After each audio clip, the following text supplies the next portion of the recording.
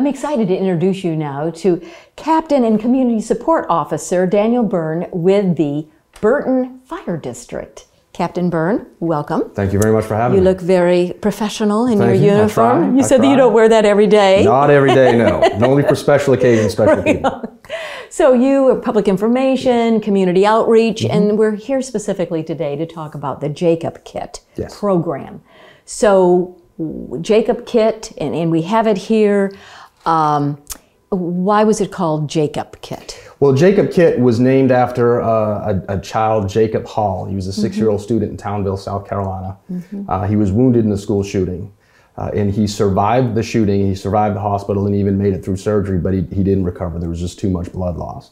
And sadly, according to the news reports, that the school district had bleeding control kits, but they were never disseminated, teachers were never trained. So it's in his honor and memory that we're trying to put these kits directly into all the schools, all the classrooms, and train all the teachers, and also out in the community. So just somebody walking down the street or going into a public building has any type of an emergency, there's a kit there to help. Right, so it's not a first aid kit. It's a little bit more than a first aid kit. It's not too far off. It's got some advanced things, I shouldn't say advanced things, but more than just Band-Aids and bandages, a tourniquet and some wound packing gauze. So you have compressed gauze. What is this, right? Is that That's the a tourniquet? tourniquet? Yes, ma'am. So, and then what is that? That's just a regular bandage. Okay, and so part of your work is to go out and teach how to use the kit. Yep. Right? We'll use the kit, and we're trying to create a community of immediate responders. Okay.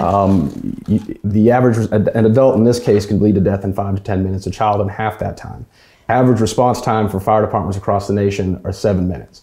Here in Beaufort County, where our population is growing, it's more 911 calls, our roads are becoming a little more congested, our response times are getting a little longer. So we're trying to train citizens not only CPR, first aid, fire extinguisher use, but also how to stop the bleed, to keep somebody alive until we can get there and take over. And that's what's at the core of this kit. Is it mostly from accidents, in a car accident or bike accident? Everything from household accidents. The Jacob Kit had its first save, a local organization that we trained on how to use it. They got involved with the program, bought kits for their equipment, and one of their workers had a life-threatening injury, and they used the kit to save their life. So everything from a work accident to the backyard with a chainsaw to just a freak household accident to an act of violence, a car wreck, whenever somebody's bleeding to death.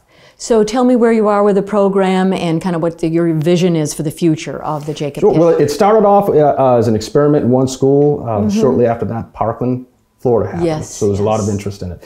Very proud to say in Burton, we've got it in all of our schools and all of our classrooms. We've got a great relationship with the Beaufort County School District and our nurses who've helped make this happen. So all of our teachers have been trained. We have kits in all of our classrooms.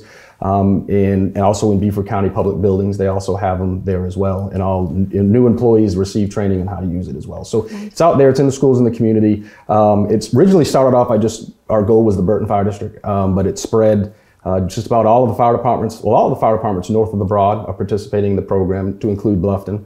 And it's spread throughout the region, and we've assisted fire departments in schools as far away as California and starting a similar program. So my vision was expanded for me. Good job. Than just me doing it, but yeah. So if someone wants to get in touch with you, wants to get a hold of a kit, wants the training, how do they go about that? Well, they can email me at my email address, or check here, definitely in Beaufort County, check with your local fire department, because they probably are working the program.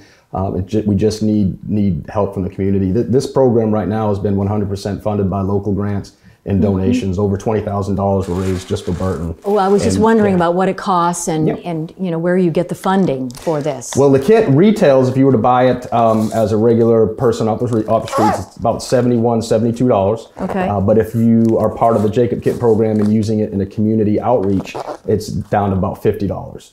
So we've been accepting donations from our local businesses, and it's really a homegrown support for our local schools, and that's really made me even more proud, because our citizens and businesses funded that to protect our students, and I think that's great. And so where should it be kept in the school? In the nurse's office, or? No, all the schools in South Carolina got bleeding control kits, but they only got a limited number, and a lot of them are in the nurse's office. But if you have an act of violence, who's going to run to the nurse's office to grab them? And what happens if the nurse isn't in? What happens if the nurse isn't available? So our goal is we're putting them in every classroom, and we mount them by the classroom door. So if the teacher, she goes to lockdown, she can grab the kit. If she has to evacuate, she can grab the kit. Wow. And as first responders, as we come into the classroom, if it's an act of violence, we also have the kit there for. So we have an average of about 50 tourniquets or bleeding control kits in all of our schools that we can use when we respond there as well. The teachers, when they lock down, they lock that door and they're, they can't open that door for anything, so we want that kid in there with them. Captain Byrne, thank you so much for your service and for being on North of the Broad and sharing with us. Yes, and we'll talk with you again, and we'll be right back with North of the Broad. Don't go away. Looking forward to it. Thank you.